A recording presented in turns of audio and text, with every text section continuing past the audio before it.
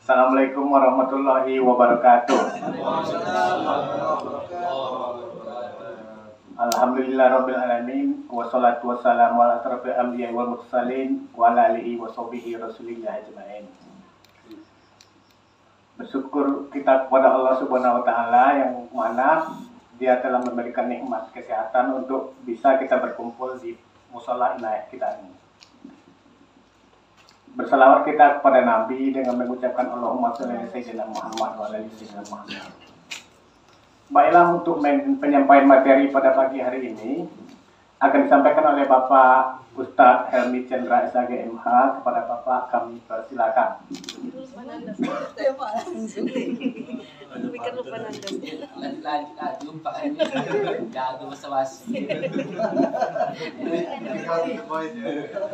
Tidak ada pipi-pipi. Dingin situ, atas apa tuh? Kami sini.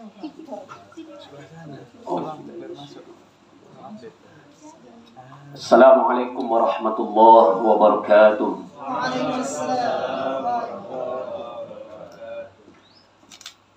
Alhamdulillahillazi hadana lil imani wal islam wa khassana bi syari'ati Muhammadin khairil anam wa nas'aluhu as-salamata minan niqami wal wafata 'ala al-iman.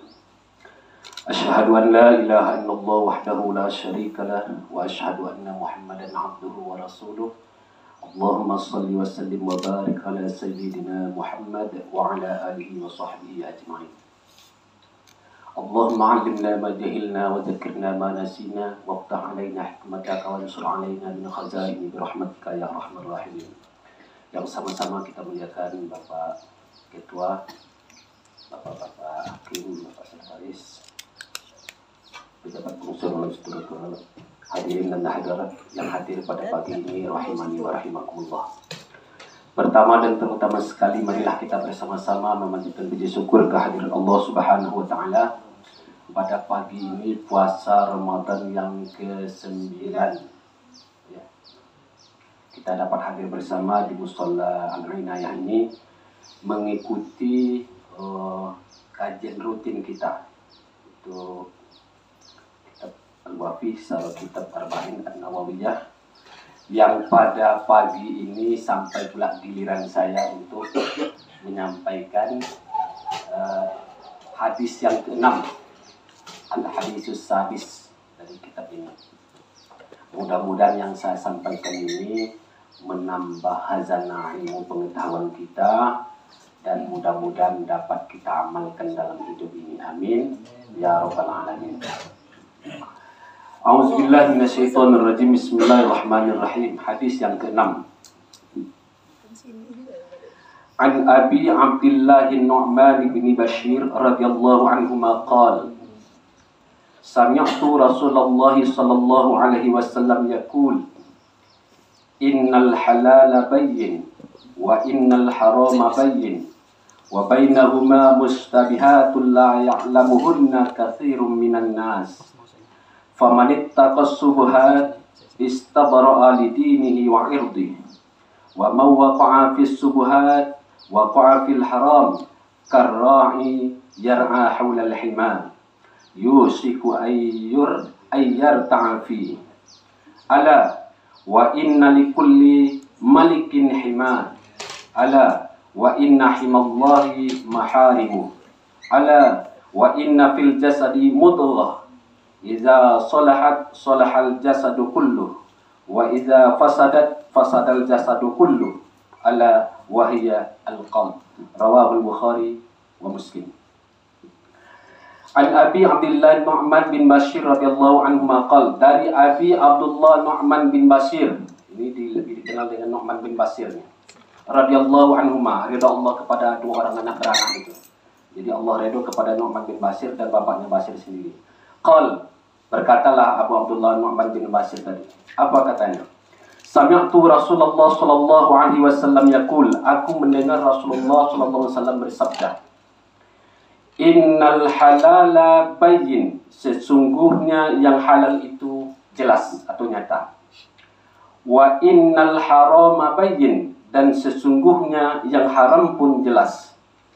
wa bainahuma, di antara keduanya tidak halal, tidak haram, mustabihat, yaitu disebut dengan subhat atau samar, la ya'lamuhunna katsirun minan nas, yang kebanyakan manusia tidak mengetahuinya. Famanittaqas subhat, barang siapa yang takut dengan yang subhat atau yang samar tadi, istabara'a lidinihi, berarti dia menjaga agamanya, wa irdihi, dan kehormatan dirinya.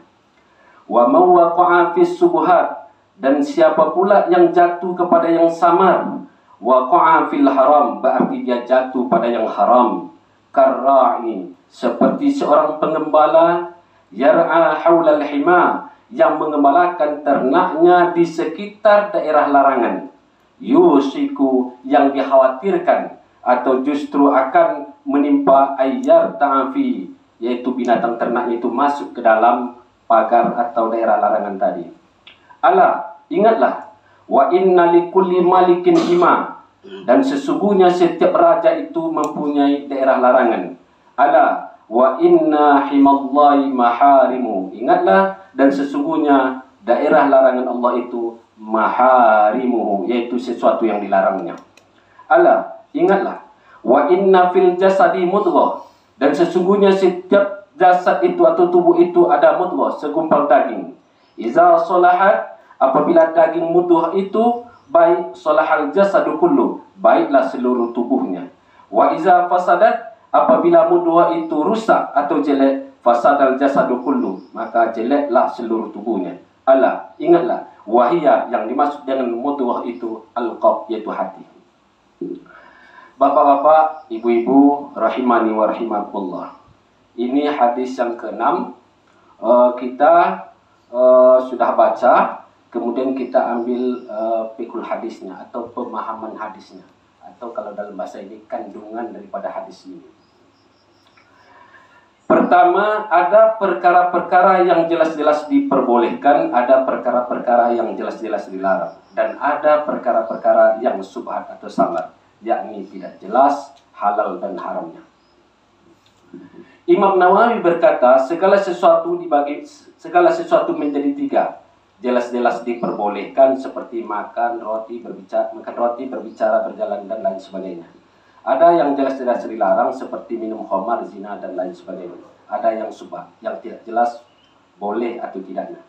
Karena itu banyak yang tidak mengetahuinya. Makanya bahasa hadis tadi, la ya'lamuhunna katsirun minan nas. Kenapa disebut dengan subhat? Kalau halal jelas halalnya. Makan, minum. Pokoknya makanya dalam bahasa fikih itu, kaidah usul fikih itu, al-aslu fil amri, segala sesuatu itu al-ibaha. Pada dasarnya boleh. Jadi boleh aja kita melakukan sesuatu. Malam yadullid dalil ala tahrimi, selama tidak ada larangannya. Jadi makan boleh, minum boleh, duduk, pokoknya boleh semua. Selama tidak ada larangan. Jadi yang halal itu jelas. Dari mana jelasnya? Tentu kemarin kajian Pak Rizal itu tentang sumber hukum tadi itu, yang apa namanya? Karena ada situ Al-Quran menjelaskan, karena ada hadis yang menjelaskan. Kalau tak ada dalilnya Al-Quran, tak ada hadis, ada namanya qiyas. Kalau dalam bahasa qis alama alam yufas. Ya, coba analogikan saja. Ada yang dianalogikan oleh ulama ini, nanti sesuai dengan ilah hukumnya segala macam itu kan, dianalogikan. Itu qiyas. Tapi qiyasnya tetap ulama juga. Ijma', ya kesepakatan para ulama. Tidak ada Al-Quran, tidak ada hadis, tapi ulama bersepakat. Karena ulama tidak akan mungkin bersepakat dalam hal-hal yang batil gitu. Nah, jadi ini juga menjadi sumber hukum. Kalau tambah nanti ada istihsan, istihla, ada asar uman qoblana, macam-macam. Nah, jadi yang disebut halal jelas itu maksudnya sudah jelas dasar hukumnya. Yang haram sudah jelas dasar hukumnya. Nah, inilah maksud daripada pensarah ini. Tapi ada perkara yang tidak jelas, itu yang disebut dengan subhat. Bapak Ibu yang berbahagia, agama ini masalah fundamental nih halal haram nih Pak. Jadi masalah yang sangat prinsip. Makanya As-Satibi itu ada namanya Maqasidus Syariah. Ada 5 hal pokok yang paling yang tujuan dari agama itu, yang disebut dengan dikenal dengan al-khamsatut dururiyah, atau ada orang menyebut dururiyah al-khams. Ada 5 hal pokok yang paling prinsip. Apa itu tuh? Menjaga agama, menjaga jiwa, menjaga akal, menjaga keturunan, menjaga harta. Jaga agama, ya jaga agama, jangan lakukan sesuatu yang maksiat. Jaga jiwa, tidak boleh membunuh karena itu haram, kecuali yang diperbolehkan agama. Menjaga jiwa, tidak boleh minum karena itu merusak akal, jadi haram hukumnya. Menjaga turunan, tidak boleh berzina, kan ada yang halal di rumah. Dan terakhir, menjaga harta, tidak boleh mencuri. Kalau gaji masuk tanggal 1, jelas halalnya. Ya kan? Kalau masuk misalnya remon, jelas. Yang tidak jelas tuh remon yang THR-nya itu tak jelas. Dan 3 tahun tak jelasnya kan. Nah, tapi yang lain itu jelas. Jadi jelas kalau mengambil apa itu? Itu agama tuh gitu. Oh, makanya begitu kita Mahkamah Agung ini diajarkan jangan mengutip. Karena mengutip di depan, contoh ada yang pelayanan. Tiba-tiba ada orang mengambil akte cerai misalnya, dikasih duit. Dibilang itu halal, ya enggak. Kita kan kewajiban kita. Makanya kita digaji, kita layani orang. Tapi dibilang haram, orang ngasih. Enggak juga kan? Masa sebut haram itu orang ngasih? Nah, persoalannya tidak halal, tidak haram. Berarti sebab. Nah, sebab itu jauhkan aja. Kan itu. Makanya dulu Rasulullah SAW ada perintahkan kepada salah seorang sahabatnya, tolong ambil pajak. Begitu sudah diambil pajak, ya Rasulullah, ini pajaknya ya Rasulullah. Datang Rasulullah. Yang di sakumu itu, ini orang tuh ngasih ya Rasul. Kira-kira kalau kamu bukan tukang pajak, kira-kira masyarakat itu mau ngasih tidak sama kamu? Ya enggak Rasul. Pastilah orang tuh ngasih karena saya tukang pajak. Kalau itu campurkan semua. Ini makanya Mahkamah Agung jangan gratifikasi itu salah satu sumbernya ini. Memang nggak boleh. Jadi makan yang halal, gauli yang halal, bina yang halal, jaga yang halal. Masuk gauli yang halal itu jangan cari di luar yang halal. Jadi halal itu jelas. Bapak-bapak, ibu-ibu yang berbahagia. Jadi ini prinsip nih. Makanya dalam agama ini perlu kemanapun kita harus tahu halal atau haram. Agama ini paling enak. Seluruh dimensi kehidupannya dibolehkannya. Berpolitik boleh. Tapi ingat, ada politik yang haram, yang menikung orang. Ekonomi, berdagang boleh, muamalah boleh. Berdagang, bahkan 10 rezeki yang Allah, ini ulama nih, saya tak baca hadisnya, tapi ulama. 10 rezeki yang diberikan Allah kepada umat ini, 9 pintunya dari dagang. Makanya hadis ini diamalkan oleh Amir. Dagang ya kan? Tahu dia, kita tidak terima gaji aja, makanya macam inilah hidup susah tidak. Tapi ya berduit pun tidak. Jangan pula datang perintah pinjam duit, tak ada duit saya dah. Insya Allah tak ada duit. Karena memang gitu, yang megang 9 pintu itu Wan Amir. Makanya kalau saya kurang duit ya sama Mir, pinjam duit Mir lah. Nah itu lah. Jadi dia tahu kuncinya. Jadi 9 bermuamalah. Tapi ingat, ada muamalah yang dilarang, tidak boleh menipu. Makanya suatu kali Rasulullah pergi ke pasar Madinah itu kan, ditengoknya orang kagum Rasulullah, ini anak muda, ini mantap betul dia dagang. Ini memang syariat agama nih. Tapi Rasulullah itu tiba-tiba memasukkan jarinya ke bawah, itu masukkan ke onggokan kurma itu basah. Ini apa nih? Ya Rasulullah, kena hujan tadi Rasulullah. Tapi kenapa letakkan di bawah? Ini orang tertipu nih. Kata Rasulullah, siapa yang penipu bukan termasuk umatku. Rasulullah marah. Makanya ada dalam Al-Quran, wailul lil mutaffifin, celaka orang yang curang.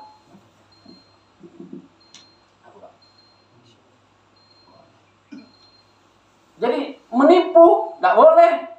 Politik boleh, ekonomi boleh, pokok apapun boleh. Yang penting harus kita tahu standarnya. Ini halal, ini haram. Inilah fiqhul hadis yang pertama, yaitu tidak boleh yang jelas halal jelas, bayin, haramnya jelas, yang mustabihat. Macam-macam subhat. Ini Ibnu Munzir membagi subhat itu menjadi 3. Pertama, ada sesuatu yang haram, namun kemudian timbul keraguan karena tercampur dengan yang halal. Misalnya ada 2 kambing. Jadi maksudnya gini, dia nyata-nyata haram, tapi muncul pula keraguan. Tadi kan ada kambing jadi 2 kambing itu, 1 dipotong oleh Kristen. Oh, Kristen tak bisa. Maaf aja, ini bukan kita mengejek agama. Karena prinsip agama kita kalau disembelih oleh orang yang tidak seagama tak bisa.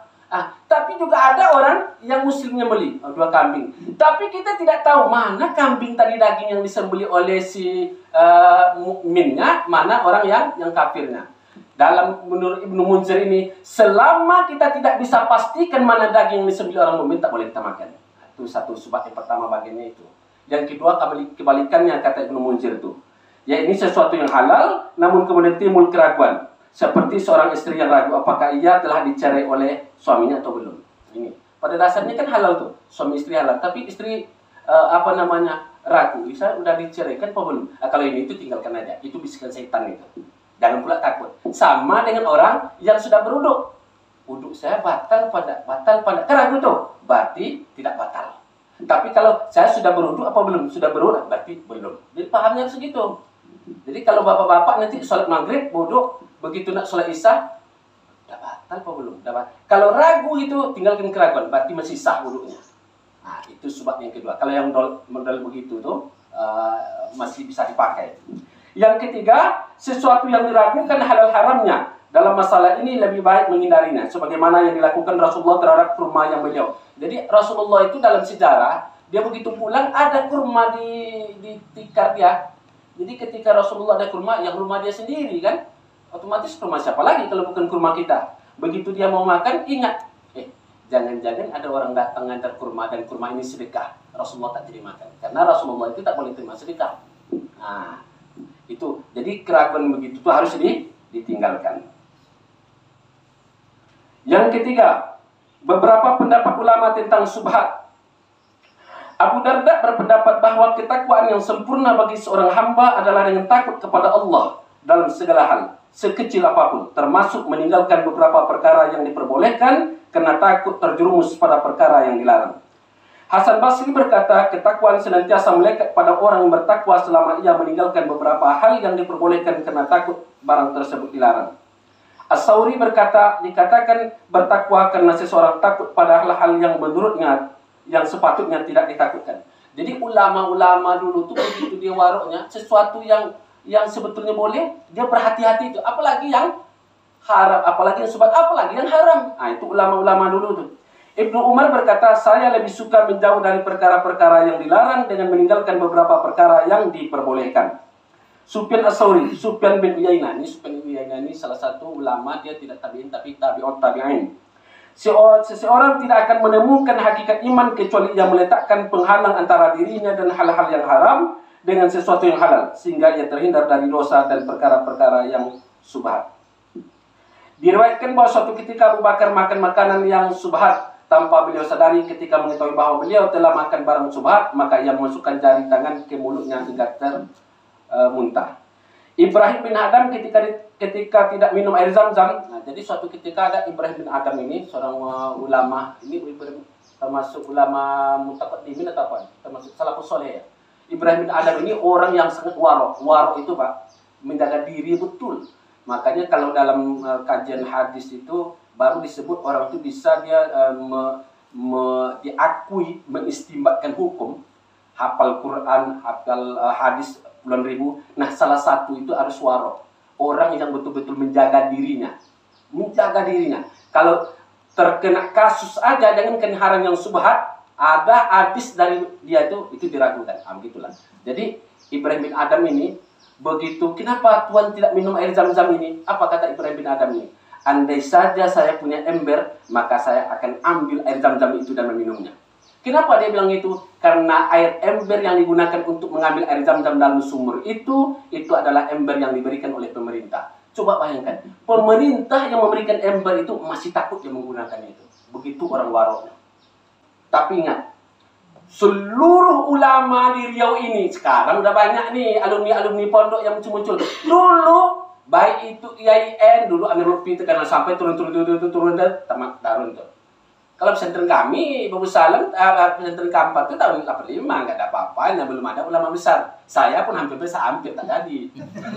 Yang lain tak ada. Tapi kalau Darun itu, UIN yang sekarang tuh, ya Darun. Makanya sebenarnya orang keempat, memang alumni Darun. UIN-nya, Kemenaknya, sampai ke KUA bawah-bawahnya itu, pengadilan agamanya, ada Pak Abbas, dan macam-macam. Pengadilan tinggi agama dulu kalau ada orang, ya Darun. Artinya apa? Begitu waroknya ulamanya, pimpinan pondoknya, diantar duit sama Pak R. Subrantas itu ditolaknya Pak. Ketika ditanya oleh santri, kenapa Bu ya? Pondok wabung cuma ini. Itu kalau pondok tuh Pak, kalau udah hujan, kalau sempat basah di situ tuh, dipindahkan lagi. Bisa diangkat tuh pondoknya itu. Pindah sini. Tanya sama Pak Putra nggak ngelami. Ini udah maju nih pondok masa Pak Putra nih. Karena Buya selanjutnya udah terima. Iya kan? Kalau dulu tak mau, jangankan minta. Nerima pun tak dapat. Tapi barokahnya, santrinya bermanfaat, berguna bagi agama dan bangsa. Makanya kalau tanya profesor-profesor UIN tuh, ini dosen-dosen, coba tanya alumni mana tuh. Minimal ada di situ, walaupun nggak tamat, pindah ke pondok lain, tapi di situ. Beda sekarang Pak, ulama-ulama sekarang bawa emak. Di Majelis Ulama Indonesia bawa emak, datang ke pejabat, ini biasa sekarang. Tapi juga nggak bisa disalahkan, karena ada seorang kiai, Pak Kiai. Beda nih ulama dulu dengan ulama sekarang. Apa bedanya? Ulama dulu itu tak mau dia menghadap pejabat itu. Pejabat datang. Itu Imam Malik ketika raja atau pemimpin waktu itu datang kepadanya, siapa namanya? Aduh. Ya kalau dapat ceramah minum.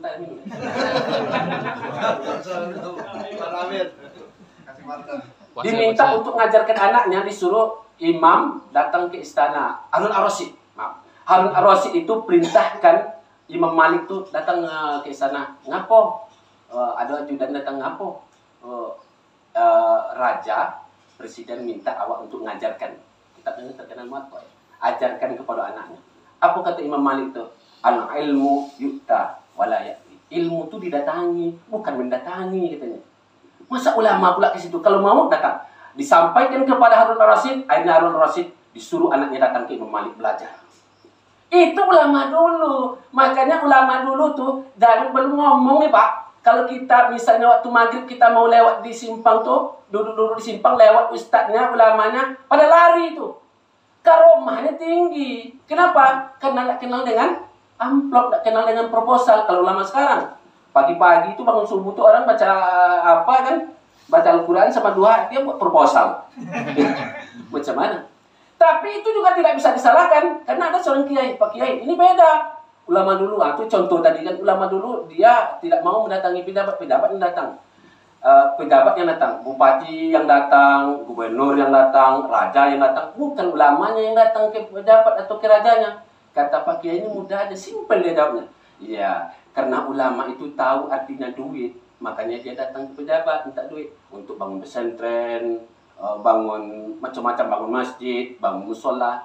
Sementara pejabatnya tidak tahu artinya ilmu, makanya dia tak datang ke ulama. Enak aja dia bilang gitu kan. Jadi masih ada dispensasinya. Ternyata ulama datang tuh, ya makanya pesantren-pesantren tuh. Dulu kan ceritanya kalau pesantren ini Pak, kalau membangun tuh tak seperti sekarang. Sekarang coba tengok Abu Darda tuh. Saya bolak-balik itu, mungkin Amir dah, bolak-balik je, tidak tahu kalau situ ada pesantren. Alih-alih Abu Darda begitu, dia Masya Allah, meganya, kapan orang dibangun? Dari mana duitnya? Kan bingung kita kan? Kalau yang namanya pesantren Bayu Darun, sampai sekarang masih ada juga yang belum beres. Karena pesantren itu duitnya dari SPP, gaji ustadznya dari SPP, makannya dari macam-macam. Sekarang dia tidak.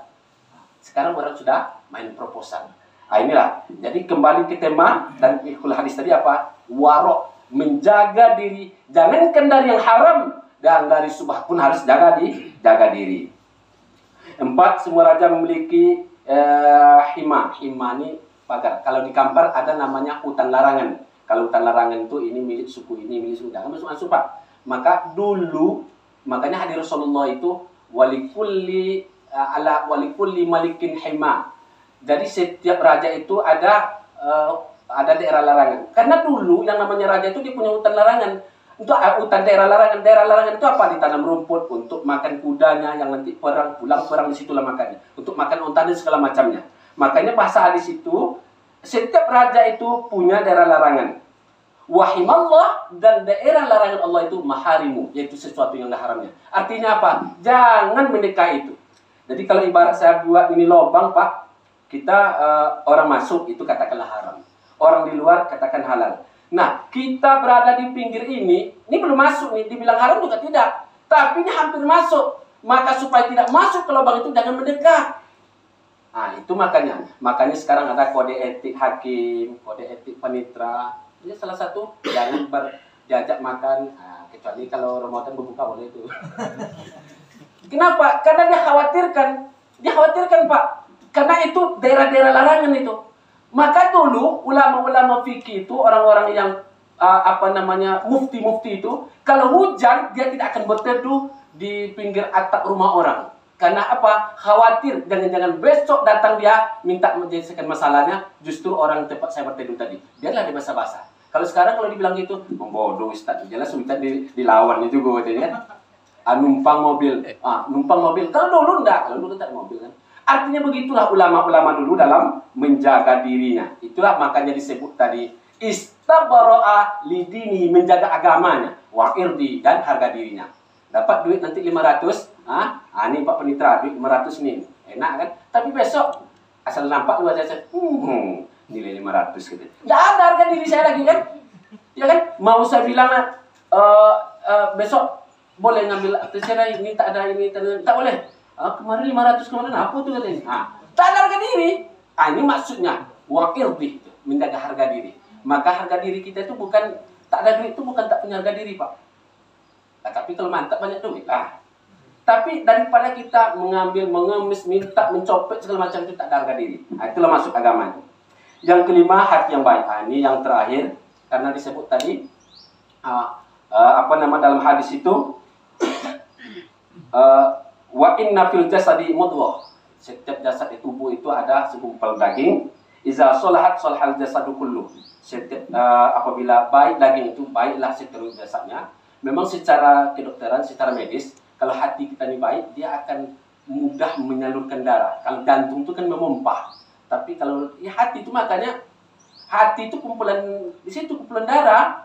Makanya kalau di Jawa nih, maaf aja nih, kalau Jawa, karena saya 5 tahun Jawa, kalau ada di mall tuh Pak jual, masa dagang sebesar ini Pak? Ini dagang hati apa nih? Kata dia hati. Itu darah yang dibekukan itu. Hati-hati. Nanti dibuatnya sate. sate hati gitu nih. Memang hati itu ya darah, tapi kalau sudah dibeku-bekukan, dibuat lubang nggak ada. Jadi hati-hati. Kata Rasulullah, apabila hati itu baik karena darahnya lancar, ke otak ke segala macam tuh, maka baiklah seluruh. Maka tidak ada sakit-sakit pinggang, ya kan? Tidak ada. Saya ini mungkin masalah, mungkin hati saya. Hati saya ini agak apa sakit, kadang semutan, tidak lancar. Entah apa sakit, entah jantung, entah apa, tak tahu lah. Malas saya milik saya balik penyakit nanti.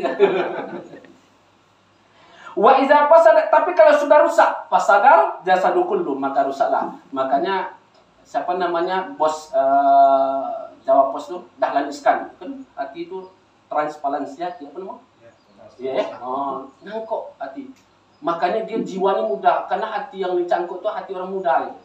Awak kan tak ada duit, kalau ada duitnya mau saya ngambil hati Medi. Jadi semangatnya Pak. Orang jam 4.30 pulang, dia jam 7 masih sini pakai tuh. Kalau ada lari riwat itu apa, buatnya banyak riwat tuh dia. Itu, baik kata saya itu semangat Medi. Kalau saya tidak pernah Pak. Cuman di domino aja tidak pernah. Tapi saya di rumah pernah tuh. Iya pernah tuh. Jadi kalau ada anak kita pilih segala macamnya. Medi ini sampai malam, berarti hatinya nanti lancar darahnya tuh. Kalau boleh kita cangkuk. Ala wa iya alqam. Apa itu yang mudoh tadi, yang segumpal darah, itulah hati. Makanya oleh ulama itu jaga hati, karena hati itu. Ada yang mengatakan dengan hati itu dia bisa berbuat baik itu karena hatinya baik. Hati baik. Makanya hati, jaga hati. Inilah Bapak Ibu yang berbahagia sambil gurau. Entahnya tidak kan. Mudah-mudahan yang disampaikan ini bermanfaat. Lebih dan kurang saya mohon maaf. Billahi taufiq wal hidayah. Assalamualaikum warahmatullahi wabarakatuh. Terima kasih kita ucapkan kepada Bapak Helmi yang telah menyampaikan materinya. Semoga bermanfaat bagi kita semua. Kan ada Coba sampai Ustaz besok tuh Ustaz.